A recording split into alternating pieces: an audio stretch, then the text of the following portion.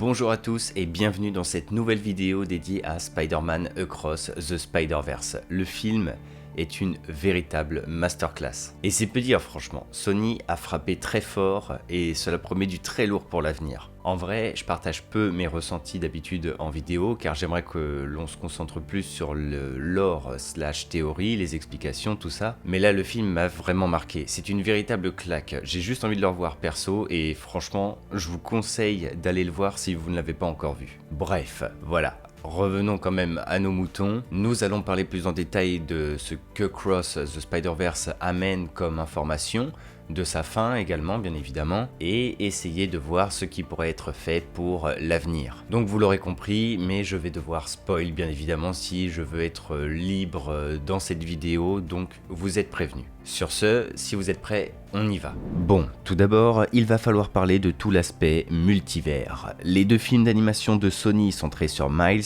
exploitent à fond ce concept, et vous le savez, ce n'est pas un hasard. En fait, dans le premier film, c'était plutôt gentillet, car c'était, on va dire, la découverte. Miles apprend à mieux se connaître, il expérimente ses nouveaux pouvoirs, on nous ramène tranquillement la vibe Spider-Verse, qui est une thématique forte de l'histoire de Spider-Man des comics. Ce n'est pas pour rien qu'on a aussi vu ce concept dans No Way Home, mais voilà, cela reste quand même assez tranquille. Là, le deuxième film rentre complètement dans le dur. Ils ont exploité à fond le concept du multivers, limite autant voire plus par moment que le MCU lui-même. Et par conséquent, avec ce qu'ils ont amené et expliqué, il y a moyen, je trouve, d'établir certaines choses pour l'avenir. Déjà, le caractère élu de Miles. Bon, forcément, c'est le héros du film, donc c'est logique que Sony souhaite le rendre unique. Mais là, dans ce deuxième opus, il y a vraiment un désir de rendre Miles spécial au sein du multivers. Premièrement, le cas de ses pouvoirs. Contrairement à la grande majorité des autres Spider-Man, Miles est capable de générer de l'électricité. Et en plus de cela, il peut se rendre invisible. Lors de la scène d'évasion, il réussit à fuir la totalité des Spider-Man qui le pourchassent, au point que personnellement je trouve cela les rendait presque ridicules à côté de Miles, mais également il a été capable de surpasser Miguel O'Hara, alias Spider-Man 2099,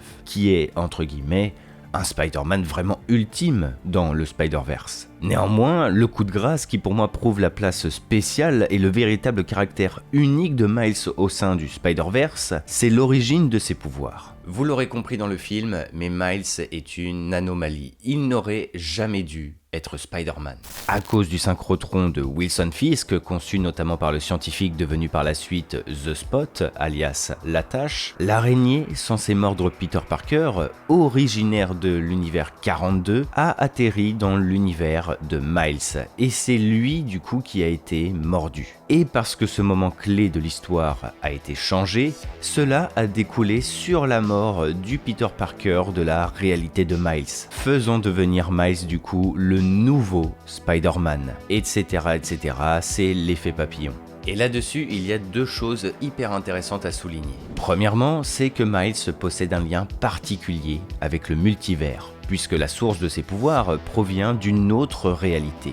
Ce qui change complètement des autres Spider-Man, et c'est quelque chose d'ailleurs qui aura des effets. Mais ensuite, l'élément qui est vraiment spécial, c'est qu'avec cette origine, Miles casse tous les codes comparé à ses variants. Pour mieux vous expliquer, et comme l'a très bien démontré Miguel, l'histoire des araignées est particulière. Spider-Man est un héros qui doit passer par des moments clés dans sa vie, qui vont le faire devenir véritablement Spider-Man. Ce sont des sortes de points immuables du temps. Par exemple, la morsure de l'araignée, la mort d'un proche comme Oncle Ben, ou bien également le sauvetage raté d'un personnage clé traduisant que Spider-Man ne peut pas sauver tout le monde. Si on prend par exemple le Spider-Man d'Andrew Garfield, il y a le capitaine Stacy, le père de Gwen dans le premier film, puis Gwen elle-même dans le second. Tout ça, ce sont des moments clés. Dans le multivers, il y a clairement une grosse thématique du destin, et encore plus avec le héros Spider-Man. Sauf que Miles, de par son histoire et l'origine de ses pouvoirs, abolit tout ça. Et c'est là où nous rentrons un peu dans de la théorie. Que va-t-il se passer dans Spider-Man Beyond the Spider-Verse. Dans Across the Spider-Verse, nous ne faisons pas face à des événements Nexus, mais plutôt des points absolus du temps. Comme expliqué, Spider-Man doit vivre des moments précis pour devenir ce qu'il deviendra, et le film nous l'a très bien démontré, notamment avec l'intervention de Miles sauvant le capitaine de police de la réalité de Pavitre, le Spider-Man indien. Directement après, la réalité a commencé à subir des dégâts, donc cela sous-entend très clairement que la survie du capitaine était un point immuable de la réalité de Pavitre. Miles, sachant que la future mort de son père est le prochain point absolu de son histoire et de sa réalité, va souhaiter modifier tout ça. Nous sommes clairement face à l'abolition du destin. Mais du coup, s'il y arrive, que va-t-il vraiment se passer? Déjà, il y a moyen que Miles échoue, tout simplement. Ce serait un moyen de l'abaisser pour mieux le remonter comme ils font souvent pour les héros, et notamment Spider-Man. Mais au vu de ce qui se prépare, je ne pense pas que l'on va aller dans ce sens. En fait, il y a un autre point très important que nous devons explorer, et c'est le fait que les productions Sony sont officielles dans le multivers du MCU. Et je pense que vous savez de quoi je vais vous parler. Secret Wars est censé être le dernier film de la saga du multivers, et nous le savons de par les comics, ainsi que grâce à la série Loki, ce sera la guerre multiverselle, et par conséquent, l'effondrement de ce dernier. Du coup, ce n'est pas un hasard si Sony rentre à fond dans le concept de multivers par le biais de Across the Spider-Verse, et qu'en plus, le troisième film est censé sortir l'année prochaine. Ils veulent créer un événement énorme pour préparer leur futur lié au MCU. En fait, c'est maintenant qu'ils doivent exploiter à fond le multivers, qui est encore plutôt intact et frais. Car arrivé aux événements de Secret Wars, tout le multivers entier sera touché. Donc je suppose à très forte chance que Miles va provoquer quelque chose d'énorme dans le multivers et que cela va impacter plusieurs réalités. J'aimerais personnellement vous en parler un petit peu plus en détail dans une prochaine vidéo, mais il faudra quand même ramener encore une fois le sujet des incursions.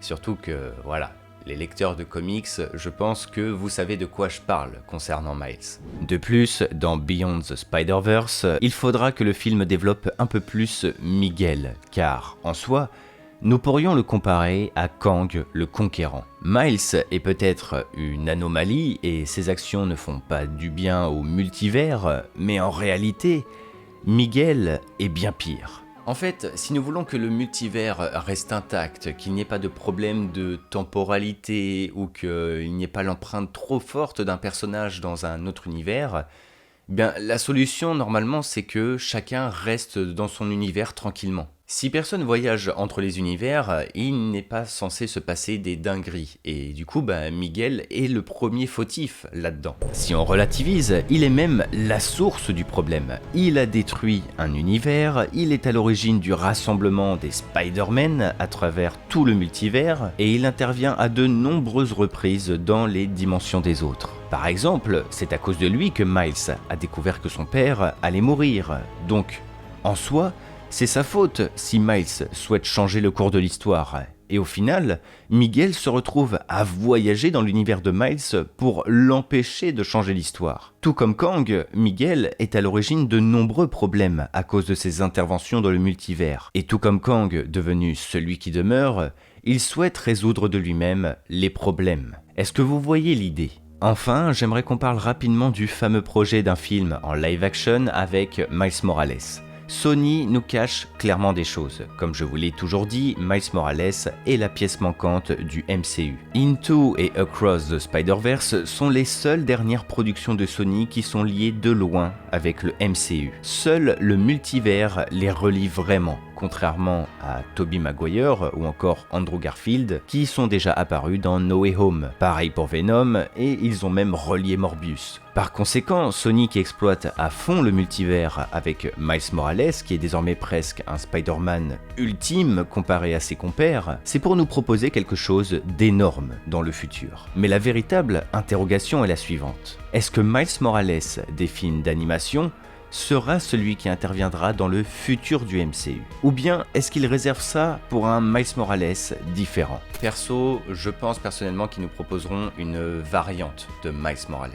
Déjà, tout simplement car dans l'identité visuelle des films, l'animation semble faire partie intégrante de l'univers de Miles. On le voit notamment avec The Spot quand il intervient dans la réalité de Venom, où on est dans du live action, ou encore le caméo de Donald Glover en tant qu'Aaron Davis. Et en plus de cela, Sony, si je ne dis pas de bêtises, n'a jamais confirmé que Miles faisait partie de la réalité 1610. Ils ont toujours gardé le secret. Et justement, le fait que quand Miles se trompe de réalité pour rentrer chez lui en atterrissant dans la réalité 42, eh bien c'est un moyen pour eux de conserver encore une fois ce secret, qu'ils dévoileront très certainement dans Beyond the Spider-Verse. Et si je vous dis tout ça, ce n'est pas par hasard car Miles Morales de la réalité 1610, eh bien c'est le Miles Morales principal en quelque sorte. Comme le Peter Parker 616, il y a des chances pour que Sony utilise cette réalité pour le Miles Morales en live action. Surtout que, petit point comics,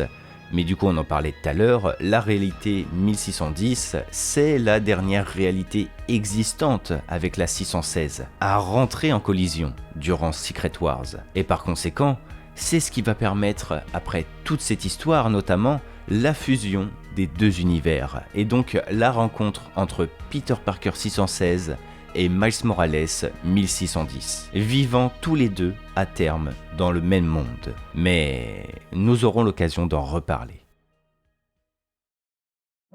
C'est la fin de cette vidéo. Je suis désolé si j'étais un peu fouillis par moments dans mes explications ou dans ce que je voulais amener. Across the Spider-Verse amène beaucoup de détails et comme je vous ai dit, il rentre complètement dans tout le concept de multivers. Il l'exploite vraiment et on va pas se mentir que c'est quand même un sujet un peu compliqué, le multivers, et également à vulgariser. Là, dans cette vidéo, je vous ai vraiment amené tous les éléments que j'estime importants que j'avais en tête, mais nous aurons clairement l'occasion de reparler de tout ça, de faire de belles théories et se concentrer sur des thématiques bien plus précises. Et voilà, le film est très riche, il est incroyable, il y a vraiment beaucoup de choses à dire. Sur ce, j'espère que la vidéo vous aura plu. N'hésitez pas à laisser un petit pouce bleu et un commentaire sur ce que vous avez pensé du film, ainsi que quelles sont vos attentes pour Beyond the Spider-Verse, et surtout également n'oubliez pas de vous abonner. Allez, c'était Argorock, que le Lionheart soit avec vous, ciao tout le monde.